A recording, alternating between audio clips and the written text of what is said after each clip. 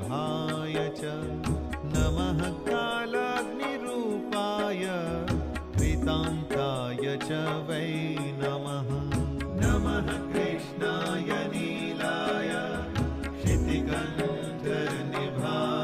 च नमः कालाग्निरूपाय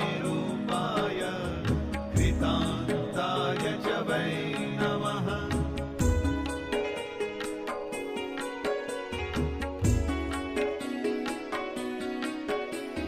नमो निर्मांसदेहाय दीर्घश्मश्रुजटाय च नमो विशालनेत्राय